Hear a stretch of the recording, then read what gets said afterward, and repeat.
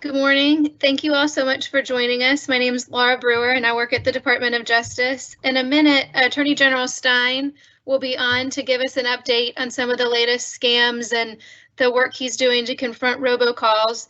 Before he joins, I just wanted to let everyone know that after he speaks, he will be answering your questions.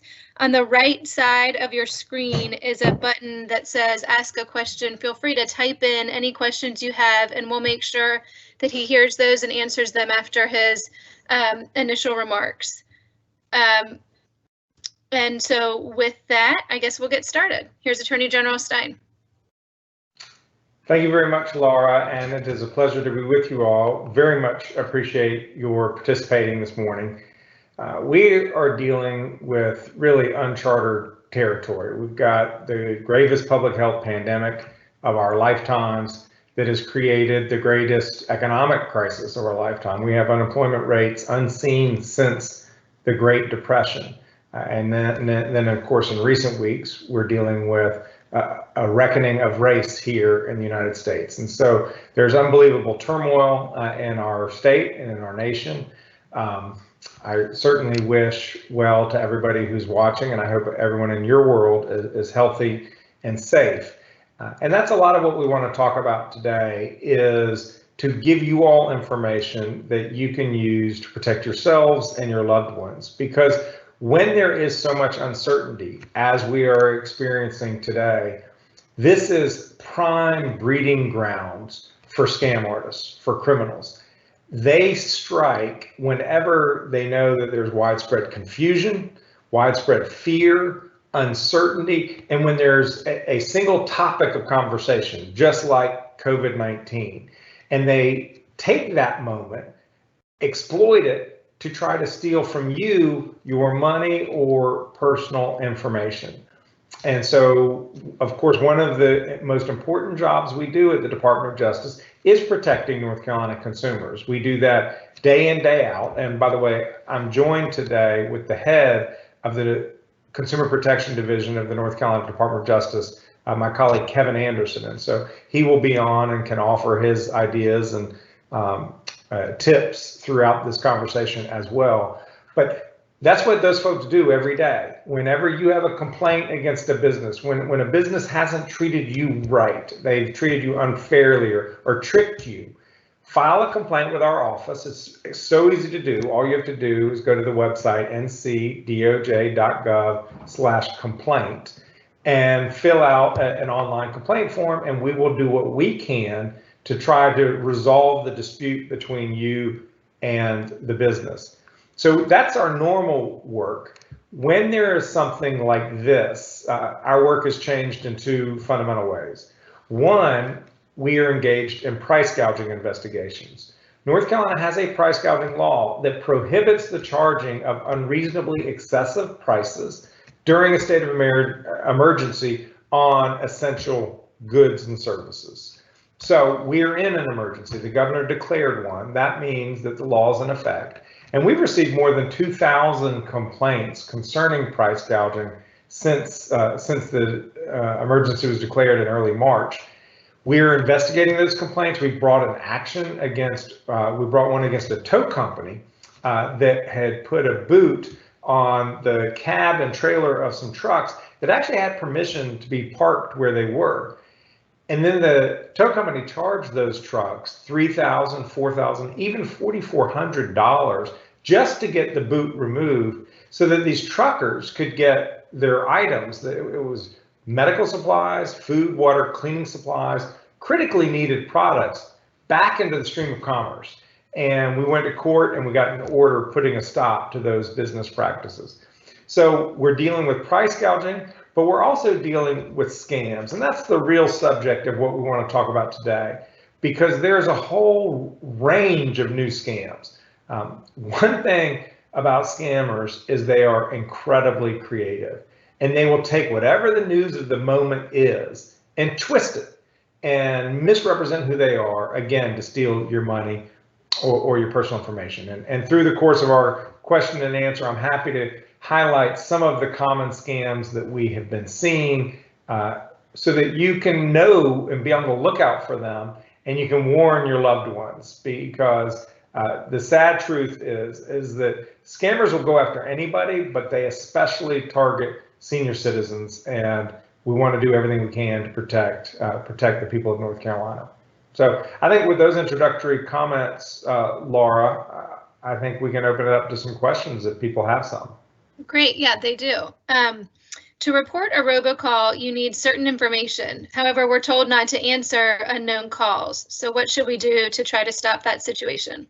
That's a great question.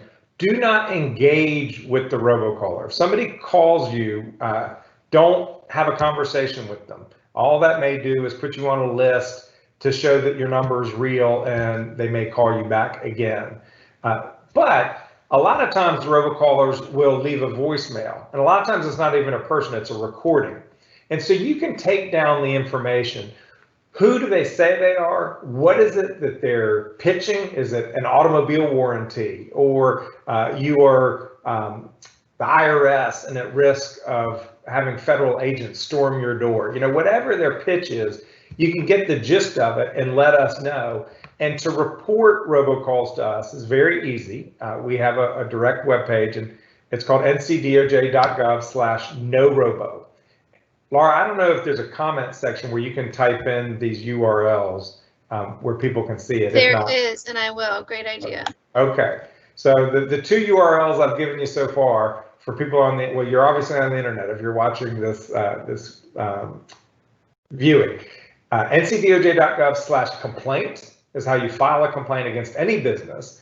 ncdoj.gov/no-robo is how you file a complaint about a robocall. You can also call us toll free in either instance. To file a general complaint, it's 877-5-NO-SCAM. And as it relates to robocalls, it's 844-8-NO-ROBO. We've gotten hundreds of these reports from people like you. We've got something like 640 complaints or robocall complaints alone in June, and nearly 5,000 robocall reports since the beginning of this year. So clearly this is a huge issue facing everybody in North Carolina. Your reporting them to us allows us to do two things. One, it helps us to prioritize our enforcement efforts so that when we're pursuing these cases, we know which ones to go after. And maybe, Kevin, I'll let you talk briefly about the case in Texas that we just brought against a guy, and it was in partnership with the FCC and some other states, where the guy makes something like 75 million robocalls into North Carolina, and we're trying to shut that guy down. And then the other thing that it does is we share this information with our federal partners, the FCC, Federal Communications Commission, and FTC, Federal Trade Commission. They work with us, like I said, in response to this Texas case. And Kevin, any word on the case in Texas? As you mentioned, we're pursuing that case with other states and federal authorities, and we hope to get a good outcome there. So, you know, we continue to enforce our robocall laws. We've had good successes in the past. We had a good success in our case, as I think people know, against Dish a while back, and so we're hoping to get the same type of result here and stop those robocalls. And just adding one other item to what General Stein said earlier about the information that we receive, and everything he said was absolutely correct. But when a robocall caller calls, often the number will pop up on the consumer's caller ID. And even though we know that many of those numbers are spoofed and are false, if the consumer can take down that number and get it to us, that's useful information for us to have, even though it's phony, because we share that with our federal partners. We're working with the telecom companies that carry these calls to try to block future calls and trace back the originators of the bad calls. So that information can be helpful to us in many ways, even if there may not be an immediate result to it. It's useful for us to have, and so we encourage consumers to provide whatever information they can to us, and we'll do what we can with it. That sounds great. Thanks, Kevin. And so just one other word on robocalls. Look, this is an incredible scourge. It's so frustrating to each one of us because we get multiple of these calls, often multiple a day, sometimes multiple an hour. And we will eventually defeat them. It's going to take time. And really, to do so is going to require two things. One is greater use of technology by the telephone companies to screen out those calls before they ever get to our phones. So that is happening. There's some authentication technology called Stir Shaken, which the federal government has required the phone companies to deploy. And in fact, all those phone companies had already made a commitment to me and 50 other attorneys general a year earlier that they would deploy this technology. It's going to take time, but it will, and that will help identify and block those calls. But then there will always be some that come through, and that's where the law enforcement side comes into play. And we need more cooperation with the phone companies to help us trace back who is the originator of that call so that we can find that guy in his basement in Texas and hold him accountable. And we're committed to doing that work as well. Laura? Is there anything that can be done to prevent the same robocall that originates from multiple numbers? It's hard because you can, depending on your phone company, different technology allows you to plug in a phone number and block a call from that number. But when they're constantly changing the number, it makes it very difficult to do so. That's why reporting them to us can help us put those numbers into the database that is shared with the telephone companies, and then they run algorithms and it will help them to do a better job screening those calls down the road. Unfortunately, it's a little indirect, but at this point, I think it's the best we've got. How about if someone calls you and you say, I'd like to be removed from your list, and they say, I can't remove you from my list because I'm a contractor. Do people have any action to take then? Yes, if they're talking to a person and someone says that, they should absolutely let our office know, because we will, that's contrary to the law. If you're on the do not call list, or even if you're not on the do not call list and you want to be added to their internal do not call list, they have an obligation to put you on that. And so whatever that operator said was false. So report it to our office? Yes, ncdoj.gov/complaint. Great. There was a Supreme Court decision recently about robocalls and Stir Shaken. Can you talk a little bit about what that decision means and what Stir Shaken is? Yeah, it was just this week. It was a really very positive development. Robocalls are illegal to cell phones under federal law, and some of the telemarketers sued, arguing that that law was unconstitutional. It deprived them of their free speech rights. I fundamentally disagreed with their analysis, and my team wrote a brief that had something like 33 other attorneys general joined us, and this is a bipartisan effort. You know, we do live in partisan times. We all have to acknowledge that. But one issue that I think cuts across Democrat, Republican, it doesn't matter who you are, we all hate these robocalls. And so we wrote this brief. The court agreed with our argument that the law is constitutional, that it is acceptable for the federal government to ban robocalls. And so even the Supreme Court hates robocalls. How about robo text messaging? If we block the text message, but they still come through and we still get them, is there anything we can do about text messages? It's the same as the robocalls, just report them to our office. They're also violations. Sometimes the same robocall will call from different numbers. Should we report both phone numbers and file two separate reports? Yeah, I mean, I want to be sensitive to people's time, and I know it's not effortless, frictionless to file a report. So if you can, yes, the more information we have, the better we are able to try to block these things down the road. So I want to say yes, but I also I'm sensitive to people's time. And this is Kevin. I would just add that it certainly doesn't have to be two separate reports. And as Attorney General Stein said, whatever is easiest for the consumer, but we can certainly take all the information in one report and try to make it as easy for the consumer as possible. Great. This next question is, what can NCDOJ do when numbers are spoofed and the caller is untraceable? How can we get at them at that point? Yeah, and that's this technological solution. Spoofing means that the company is calling you from a number, but the number that's displayed on your caller ID is a different one. Often it's very similar to your own number in order to try to trick you into answering it. Spoofing, it's a technological trick they use the internet to do. It's called voice over internet protocol. So the internet's made all of our lives easier, but it's also made it easier for criminals. To address spoofing effectively requires a technological response. And there is something called stir shaken, which is an authentication requirement, a technological solution that essentially puts a digital fingerprint on every single call that is made. And it will require that the number, the digital fingerprint, the number associated with that digital fingerprint is the same number that's displayed on the caller ID. And by having that, it will really make our jobs of enforcing the law much easier, because we can actually go to the actual phone number that is doing the phone calls.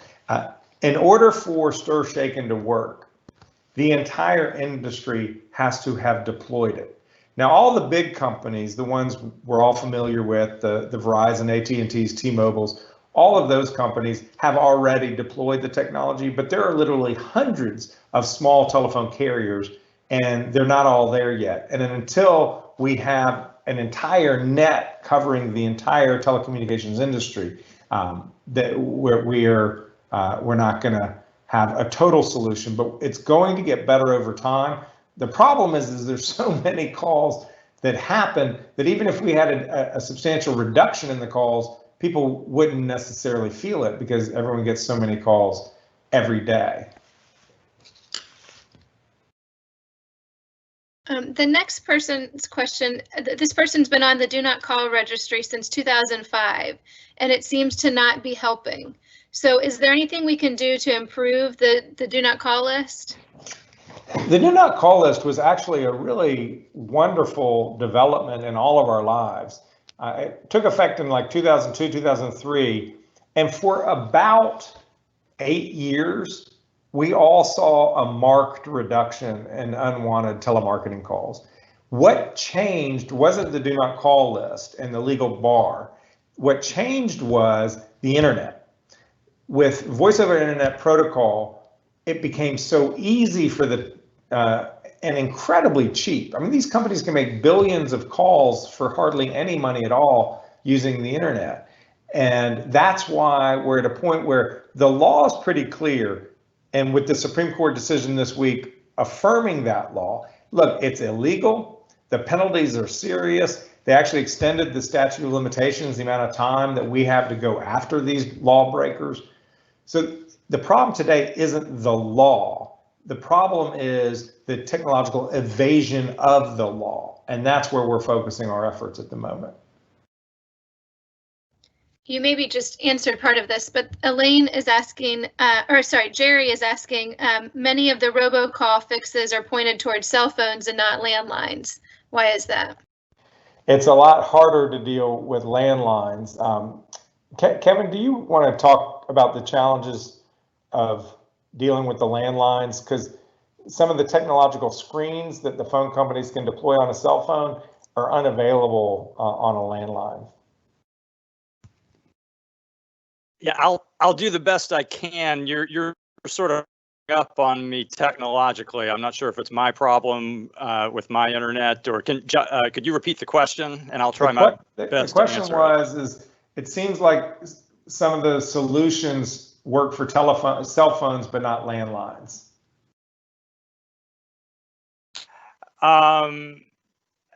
You know, it is a technological issue, as you pointed out earlier, and you know, I think all the authorities working to write robocalls are you know, trying to work to make things as effective for cell phones as for landlines. The technology is, I think everyone's working through it the best we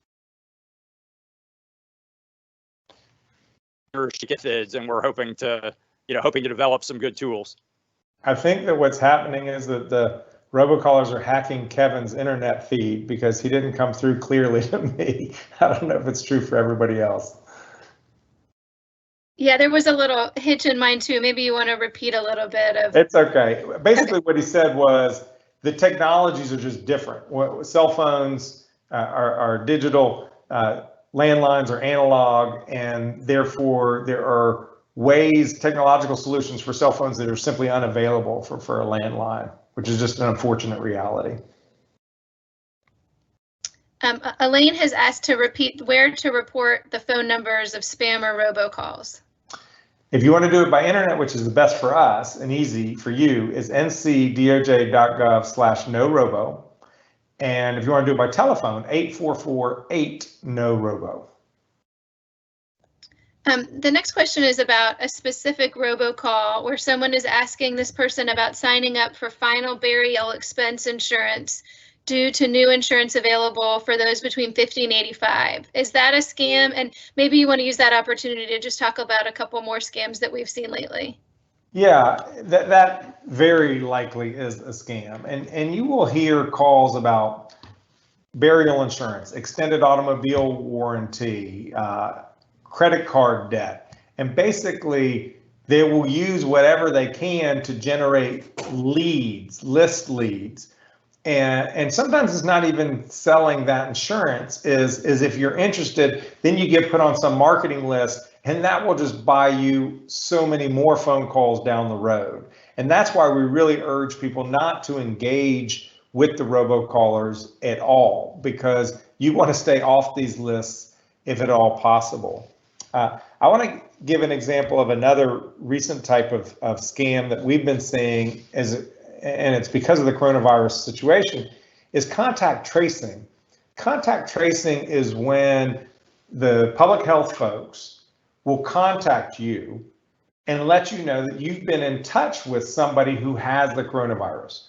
The whole idea is to let anybody who came into contact with that person know it so they can immediately get tested. And if they have it, isolate and quarantine so that they don't get anyone else sick. It's all about slowing the spread of the virus. Well, they may text you and they may call you, and we actually have the numbers that I'm going to just read it so you have it. The text may come from 45394, that number, or the email would come from nc-arias-no-reply@dhhs.nc.gov. What a terrible email. But those are legitimate places you might hear from. Other folks will reach out and say that they are a contact tracer to let you know that you've been in touch with somebody. But they ask for your health insurance information. They ask for your bank account information, or they ask for your social security number. And they are scammers. They're not trying to protect your health. They're trying to steal your money or your information. So what people need to be very much aware of is if you get into touch by a contact tracer, they will never ask for that kind of information. If they do, they're up to no good. If you were at all confused or concerned or questioning the legitimacy of who has contacted you about the coronavirus, just call your county public health department or call the state Department of Health and Human Services and initiate the conversation yourself. And that, frankly, is a tip that works for anything, because people will hear from the IRS that you owe money, and if you don't pay them, they're going to have federal agents barging down your door, or the clerk of court that you've missed jury duty and you're about to be arrested. Another thing about the IRS that they need your information in order for you to get your economic impact payment, or you're from the U.S. Department of Health and Human Services about a coronavirus outbreak, or the SBA about a PPP loan. The criminals will impersonate government officials all the time, again, to get your money or your information. Do not respond to who calls you, because you have no idea who it is on the other side of the phone. Just because they say they're the government does not mean that they are the government. So if that happens to you, hang up and then initiate the call on your own to that agency and ask them, did they call you? Is it a legitimate question? Or you can call my office, call that toll-free number, 877-5-NO-SCAM, and ask us, what should you do in that kind of event? This next question kind of starts at the beginning of this. Are all robocalls illegal? And how do you know it's a robocall? Like if the person who's calling you is a real person, does that still constitute a robocall? Robocalls means it has an imprecise definition. So this person's actually done a good job splicing it. Robocalls to cell phones are all prohibited. In North Carolina, you can do a robocall means like an automated dialer. Usually they are done with a recording. And in North Carolina, some robocalls are permitted as long as there's a live voice who precedes the recorded message. And there are certain exceptions, like in North Carolina, if you're doing a poll or if it's a political communication or some other more free speech issue, they may be permitted. So not every robocall you get is illegal, although the vast majority of them are illegal. Alan is asking, he paid for the call filter through Verizon and downloaded it, but spam calls have actually increased and they're still getting through. So maybe you want to talk a little bit about that and also maybe the principles that you worked on to have the company sign on to. Yeah, the technological tools that the phone companies are offering are imperfect. They're constantly striving to make them better. I'm disappointed to hear about your experience with yours, Alan, and so that's too bad. One thing I required that the phone companies deploy these kinds of technologies and offer them to their customers. And I said some of them had to be free, and then if they wanted to do additional, they may be able to offer those as an add-on service. But to me, it's very important, and frankly, it should be fundamental to the business of these phone companies that they deploy technology to improve their customers' experiences at no additional cost, because you're already paying for your phone service. Foster is asking how people should report possible facade sites or somewhat legit sites that capture data and assist in nefarious activities like hacking or extortion. Well, that'd be great. You can file those with our office. The FBI or the Secret Service, Kevin, if you want to weigh in on that, also takes those kinds of complaints. Kevin, do you know which one? Sure, and we'll take those complaints and try to make it as easy as possible for the consumer and direct them in the right way. Sometimes we're able to try to track down who's behind those websites. Sometimes we enlist criminal or federal authorities to help out. It depends on the issue, but we certainly encourage consumers to report that activity to us, and we'll try to get it in the right direction. And I apologize for the technical problems before. Hopefully I'm back on and it's operating correctly now. Yeah, you sound good. I told him it was the robocallers were attacking you. Probably. The next question is about a specific scam related to DirecTV AT&T price reduction given upon promotion with 3 months advance payment with an eBay gift card. So maybe you want to talk a little about gift cards and scams, how to know when it's a scam. Kevin, you want to take that one? Sure. Again, we encourage consumers, if they're seeing that, to report it to us, and we'll look at it. Just hearing about it like that, it's a little bit hard to tell whether there's a true scammer impersonating a legitimate company or whether it's an advertising problem with the company. But please report it to us. We'll look at it. There are many scams that, especially telemarketing scams, that try to create a sense of urgency and try to encourage consumers to make an immediate payment of some sort, either via wire transfer Or sometimes more recently, we see gift cards being used as the method of payment that the scammer is trying to encourage the consumer to use. So we do warn consumers about those telemarketing scams. I'm not sure if that's what's going on here or not, or if it's an advertising issue or something else, but we're certainly happy to look into it. Yeah, I think that's a really great point Kevin just made is if you ever encounter anybody who wants to get paid in a gift card or some kind of wiring of the money, that should be a huge alarm bell. And people should really avoid that. You should try to, if you ever engaged in commerce, if you have a credit cards are a really good way to pay, because if they end up not fulfilling their end of the bargain, you can dispute the payment. Whereas if you send a coupon card, whatever you call those things, they're just like cash. They're immediately redeemable and you never get your money back. And that's usually a clear sign. I'll tell you, my son was looking to sublet an apartment this summer and went online, found a great apartment. It looked wonderful. He was in email with the guy who was listing it. Price was right. And the guy said, yeah, go ahead and send some Apple cards, pay me in cards. And he said, what? And then he started doing some digging and realized all the guy did was he just took the pictures off the internet of some apartment and then said it was his and was trying to get some money.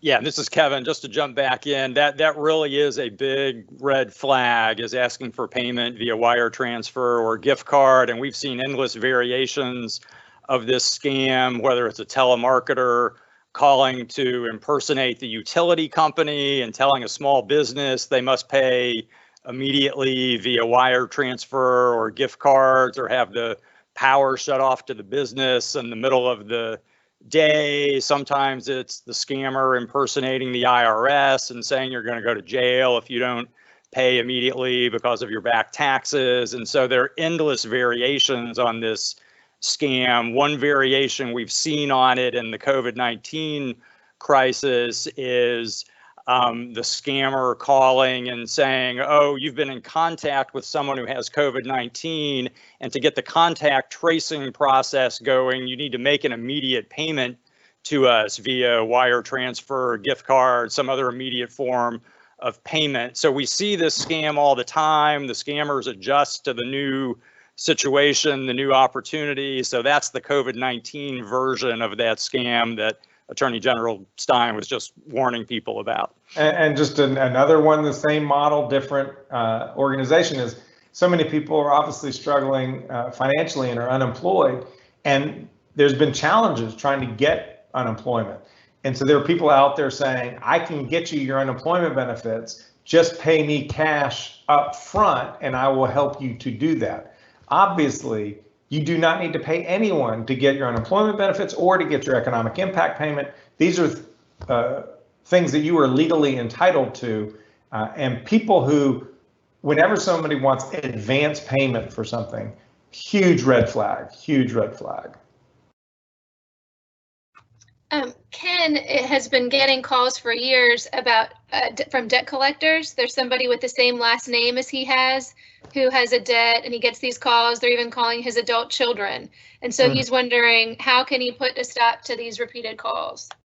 Definitely file a complaint with our office and let us know who is calling, and we'll do what we can to try to help you. Kimberly's wondering if there's an app that you can recommend to help filter any robocalls or any kind of technology we can implement. I would recommend you do some research on the internet. I don't personally have a favorite, and the technology is changing so fast that what is really good today may not be the best one, or what was good 6 months ago may not have been the best one today. So unfortunately, I don't have a specific recommendation. This is maybe kind of similar. The next person is wondering, sometimes people Google a phone number that they get a robocall from, and it shows them some websites where you can report that number, or you can pay for a service to have the calls intercepted and blocked. Do those companies provide any of the information to government agencies, and are they good to work with? Kevin, do you have insight into that?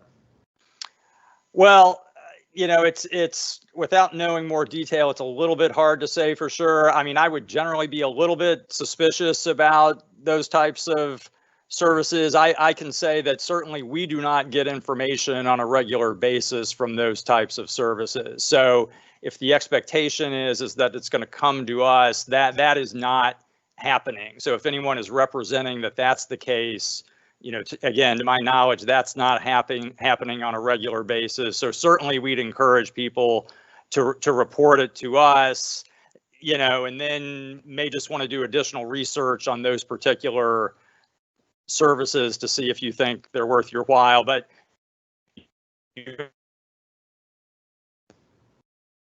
to file or anything, it's free. And so I would be suspicious about any service where you actually have to pay a fee to file a complaint. Now, if it's a legitimate screening service or app, then that's a different type of thing. So I just encourage people to do their research on those types of services or yeah.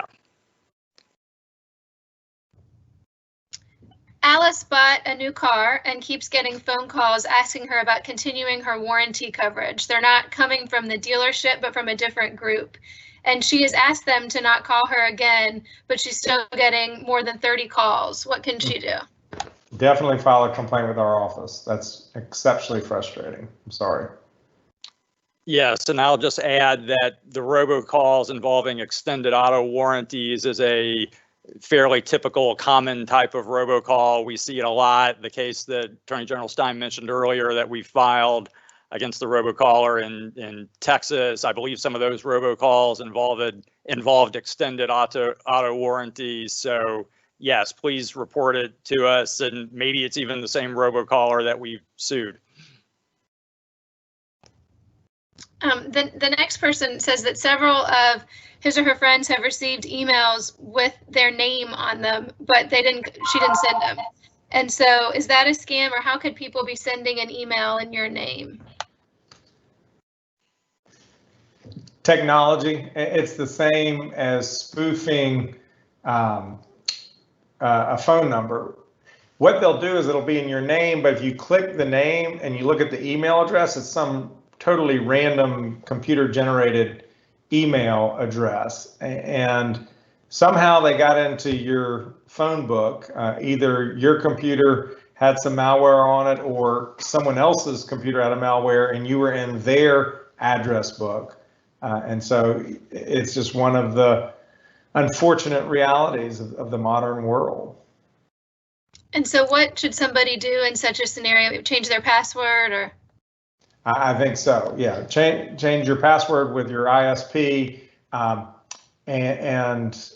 don't click on any links that come to you when you don't know for sure who the source is. And if you get an email from somebody and it's somebody's name, but it looks a little weird, take your cursor up to the email address and you'll see that it's not the actual email address of the person. And then you know for sure that it's a phishing, PHISHING. They're trying to get your personal information or put malware on your computer in order to steal all the contacts from your address book, or try to get your bank account information off your computer. There's all manner of ways they can create mischief once they get into your computer system. That's absolutely right. And one thing I'll add about a really insidious scam that we have seen involving false emails involves false requests for payment. And we've seen it happen at churches and small businesses where the accounting type person at an entity who's responsible for cutting checks will get a phony email and it looks legitimate. It looks like it's coming from somebody within the organization that has authority to approve the payment, but it'll look kind of weird and it'll say send a wire transfer for a large amount to this address. But because it looks legitimate, the accounting person approves it and shoots it out, and they don't find out until later that it was phony. So we always tell people in that situation to really double check with the person that has authority to approve the purchase if there's anything at all that doesn't look right about the email, because we've seen that happen. And once the money has been shot out, it's very difficult to get it back.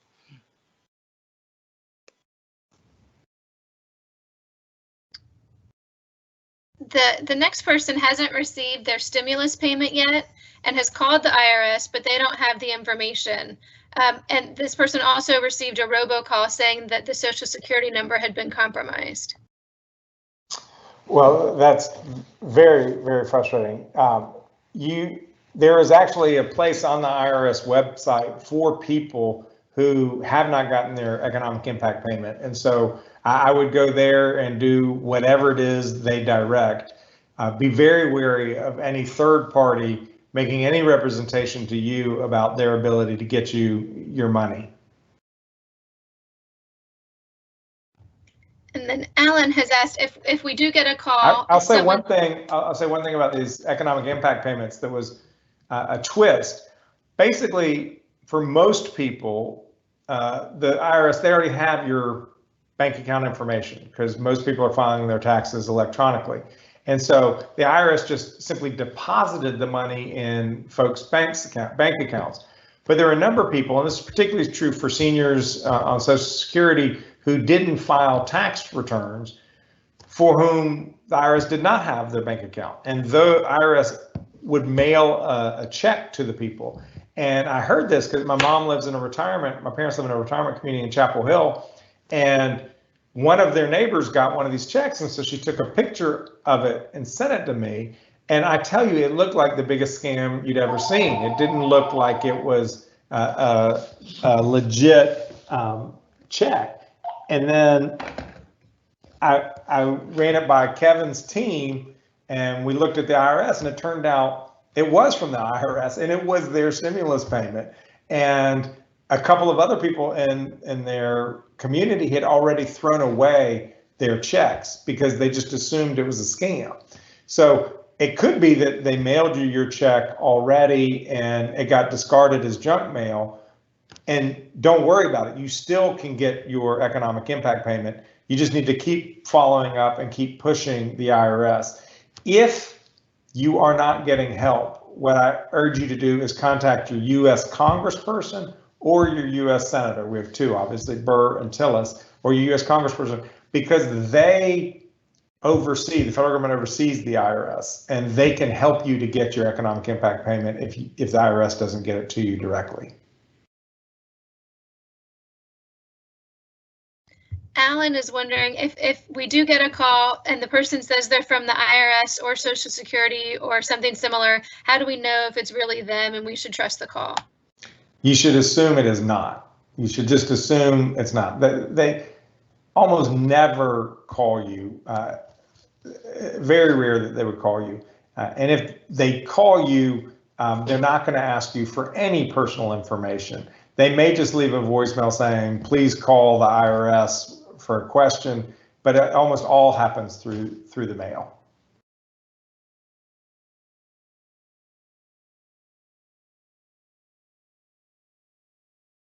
The next question is, someone is a new employee and inherited an office and a phone number, and robocalls are constantly calling that office phone number. Should the person contact their employer about them, or what's a good next step? The laws protect people's personal numbers more than the business numbers, but I would start with going to your employer and asking the things that they can do to protect your phone number. And then another question is about if people aren't watching this right now, how can they view it later? And I can share that we are recording this and it'll be on our Facebook pages later on at facebook.com/NCAGO. And Attorney General, maybe you'll put it on yours as well. Okay, great. So that's great. If there are other questions or people have other conversations they want to continue, they can certainly do so at the email addresses, the complete forms that we have posted in the conversation and that we've mentioned a couple times. People can also subscribe to get all our newsletters and information at www.ncdoj.gov/subscribe. And then I think that's all the questions we've had. Well, Laura, thank you for that. And I want to thank all the people who watched this. You're taking an important step in not only protecting yourself, but your loved ones, because the one thing we know is scammers are relentless, they're creative, they're greedy, and they're heartless. And for us, the best defense is for you all to have all the information you possibly can to better protect yourselves. If you have bad experiences, complaints, if you've been victimized, please let my office know. We want to do everything in our power to try to help you and to try to stop whatever practice took advantage of you so we can protect other North Carolinians. And I again want to thank everybody for their time this morning.